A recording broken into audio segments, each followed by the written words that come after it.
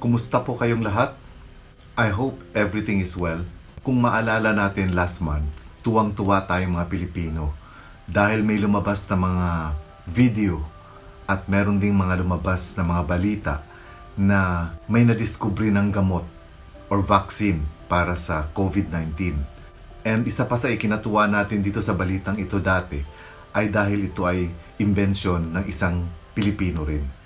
Yun nga lang, parang hindi natuloy. Kumbaga parang lumabas na fake news yung sinasabi nilang approve na itong vaccine na ito. Ang tinutukoy ko dito ay yung Fabunan antiviral injection. Ano nga ba nangyari sa Fabunan antiviral injection? So just continue watching. Pag-uusapan natin ang tungkol sa Fabunan antiviral injection. At sa mga hindi pa nag-subscribe sa channel ko, please don't forget to subscribe to my channel and tap the notification bell para pag may mga bagong upload ako ay manonotify kayo.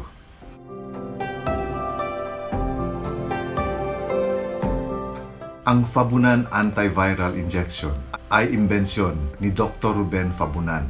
Si Dr. Ruben Fabunan ay based sa Los Angeles, California at meron silang isang parang biotechnology firm doon, yung PhilAmTech ang tawag. Itong antiviral injection na ito ay actually ginagamit nila to treat HIV patients. So ang komposisyon ng antiviral injection na ito ni Fabunan ay dexamethasone at saka procaine. Now aside from HIV, sinasabi rin ni Dr. Ruben Fabunan na ginagamit din ang vaccine na ito para sa mga dog bites, snake bites, dengue, tsaka mga influenza.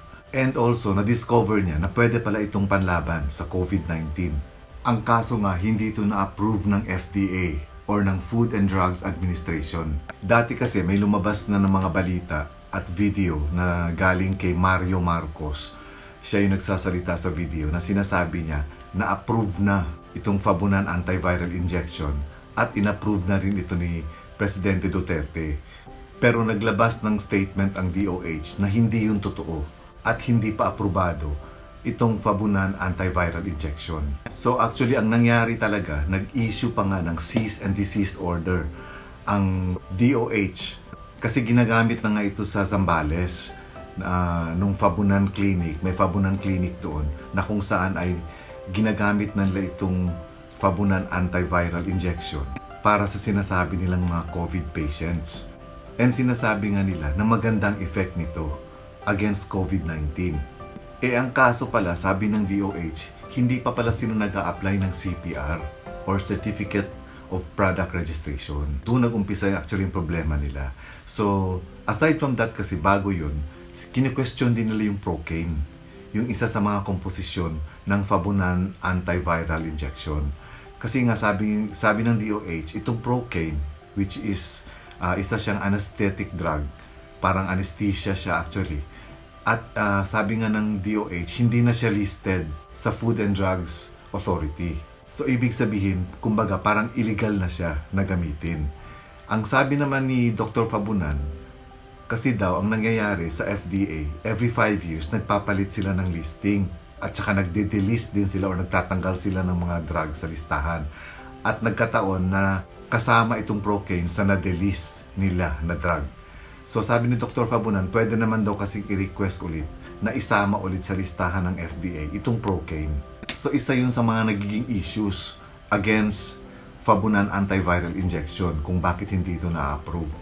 And pangalawa is yung CPR or Certificate of Product Registration. Sabi ng DOH kasi, bago pwedeng ibenta ang isang drug or pwedeng gamitin commercially yung isang drug, dapat may lisensya.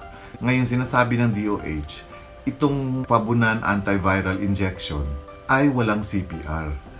Ngayon sa pagpa-file ng lisensya pala, may iba-ibang classification siya. Pwedeng mag-file yung isang drug establishment ng lisensya as manufacturer, as importer, as distributor. So ganun yung pwedeng nilang i-file na lisensya.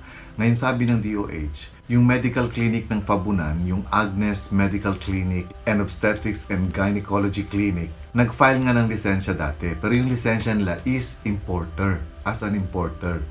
Sabi ng DOH tsaka ng FDA, kung itong Fabunan antiviral injection ay manufactured locally, kailangan pa nila ulit mag-file ng isang bagong lisensya as manufacturer. Kasi kailangan yung lisensya bago ka makapag-apply ng certificate for product registration. So yun yung parang nasilip na problema laban sa Fabunan Clinic.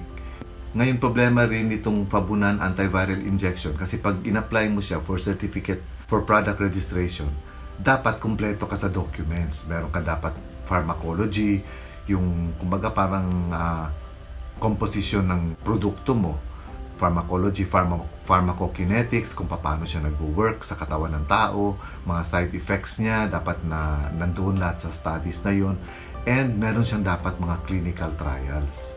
So, hindi ito mai-produce ni Dr. Ruben Fabunan. Ang sabi naman ni Dr. Ruben Fabunan, limited ang resources niya at saka bago nga niya lang itong na-discover na pwede siya for COVID-19. So humingi rin siya sana ng tulong sa gobyerno na suportahan siya. Ang kaso parang hindi masyado naging interesado yata ang DOH, 'di ba? Kumbaga parang mas interesado sila dun sa Japan drug na Avigan. Hindi nila binigyan ng suporta si Dr. Ruben Fabunan. So parang ganun yung tingin ni Dr. Fabunan. Sabi kasi ni Dr. Ruben Fabunan, lalo ganito na kailangan ng mga Pilipino ang isang vaccine, 'di ba? To fight COVID-19 dahil nga hirap na tayo sa pandemya at wala pa rin talaga ni isa na di-discover na vaccine para dito. So sabi ni Dr. Fabunan, sana matulungan din siya ng gobyerno natin, especially sa paggawa ng clinical trials. Ngayon, ang sabi naman ng DOH, according sa DFA din, na ang isang drug, pag walang certificate of product registration, ay hindi siya pwede gamitin commercially. So, hindi siya pwedeng ibenta, hindi siya pwedeng gamitin sa mga pasyente. Kasi nga, marami kasi din sa bagay, marami din talaga kasing mga kumakalat na mga unregistered drugs. And hindi natin alam kung ano yung magiging epekto nito sa mga tao. Ang masama pa nito, pwede kasing makamatay. So, gusto rin lang talaga ng DOH na pag ginamit itong Fabunan antiviral injection na ito, ay malinis. Kumbaga, alam yung mga side effects, safe siya gamitin para sa mga tao, for COVID-19, kasi hindi natin alam, safe nga siya for HIV siguro, or for dengue, or for influenza. Pero ano pa yung mga ibang side effects nito? Like for example, pwede ba ito sa taong may sakit na ganito? Pwede ba ito sa taong may karamdaman na ganito? Siguro isa yun sa mga hinahanap nila, di ba? Kasi nga kung magkataon, itong Fabunan antiviral injection ay napakalaking tulong para sa atin. Kasi kiniklaim ni Dr. Ruben Fabunan na 3 days lang kayang gumaling ng tao sa COVID-19 and 3,000 lang yung vaccine. Ngayon nalilito rin ako kasi ang sabi is vaccine ito. So kung vaccine ito, hindi siya treatment, di ba? Kumbaga parang pwede siyang pang-control na hindi tayo mahawa ng COVID-19. Nakakalito rin eh. Parang hindi natin alam talaga kung saan gagamitin itong injection. Kasi ang term nila is vaccine din ito eh. So if it's a vaccine, ibig sabihin, hindi siya treatment, di ba? Pwede niyang masuppress yung virus na hindi siya kumalat sa katawan natin pag vaccinated tayo. Parang ganun yata itong Fabunan antiviral injection. And napakalaking tulong pag nagkataon, di ba? Kasi affordable na, tapos kahit papano, safe tayo sa nakamamatay na COVID-19. Kasi sa ngayon nga talaga, wala pang nakikitang even vaccine man lang against COVID-19 sa buong mundo. So siguro iniisip rin ng DOH yung kiniklaim ni Dr. Willie Fabunan, yung brother ng inventor na si Dr. Ruben, kasi itong si Dr. Willie Fabunan yata yung nandito sa Zambales ngayon. So siya itong nagtatry nito sa mga patients niya. So ang sinasabi niya kasi, ang parang sinasabi ng DOH, hindi enough na clinical trial yun na meron kang mga 5 hanggang 10 na patients na nabigyan mo ng vaccine para sabihin na effective yung FAI. Kasi usually ang clinical studies kasi years yan tinitingnan or siguro months. Pero kung days pa lang or 1 month pa lang, hindi pa rin yung assurance na talagang COVID-free na yung tao. Ito rin siguro ang isa sa tinitingnan ng DOH. So sa ngayon, nag-issue sila ng cease and desist order. Ngayon, sabi kasi ng DOH, parang nagbi-build up din sila ng case against dito sa Fabunan Clinic. Kumbaga, chine-check nila, baka daw kasi kasuhan din nila yung mga gumamit nito. So, sabi ng DOH, dalawa kasi daw yan. Yung FDA, ang in charge sa mga unregistered products, tapos yung PRC naman, para sa mga lisensya ng mga doktor na gumamit nitong FAI kahit hindi pa siya approved ng DOH. So, parang nagkaroon lalo ng problema itong Fabunan antiviral injection. Sa ngayon kasi wala pang sinasabi sina Dr. Fabunan kung ano yung plano nila, kung plano pa ba talaga nila na ituloy ito at i-register sa FDA or hindi na. Kasi ang sabi rin nila Dr. Fabunan, hindi naman daw nila talaga binibenta itong antiviral injection nila, kundi ginagamit lang nila dun lang mismo sa facility nila. So parang naudlot kasi, kumbaga laking tuwa na sana ng mga Pilipino nung lumabas yung balita. Kaso hindi naman pala totoo yung balita. Kumbaga parang naging hype siya na may parang miracle cure na yung tingin natin na nandyan na mura, gawa pa ng Pilipino, di ba? Parang nakaka-proud pati. Ang kaso hindi pala talaga siya approved pa ng DOH dahil hindi pa nga nag-apply ng certificate for product registration. So, hindi talaga siya magiging available commercially. So, sa ngayon, may cease and desist order na pinalabas at nakasara yung Fabunan Medical Clinic sa Zambales. Kasi minsan, sa tulad natin mga Pilipino na feeling natin helpless or hopeless, di ba? Dahil nga parang napakatinding kalaban itong COVID-19. And hindi siya ordinaryong sakit kasi pag dinapuan ka, di ba? Kumbaga nakakamatay kasi siya. So, para sa atin, anything sana na pwedeng mag-control nito, katulad itong vaccine na ito, ay wini-welcome talaga natin sana. Ang problema, hindi pala siya approved ng DOH, so hindi talaga siya magagamit. So, yun yung problema dito.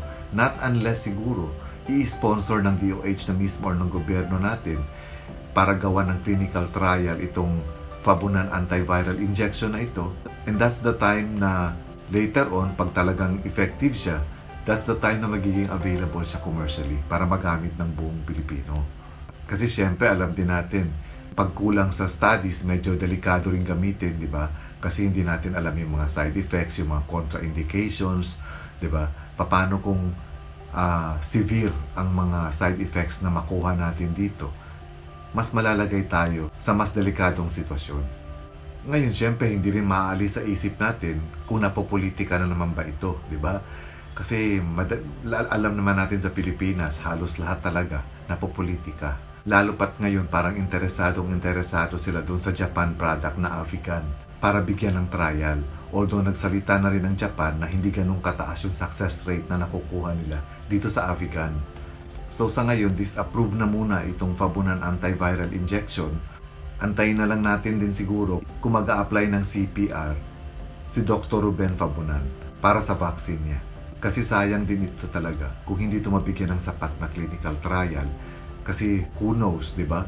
Talaga palang panlaban natin siya for COVID-19.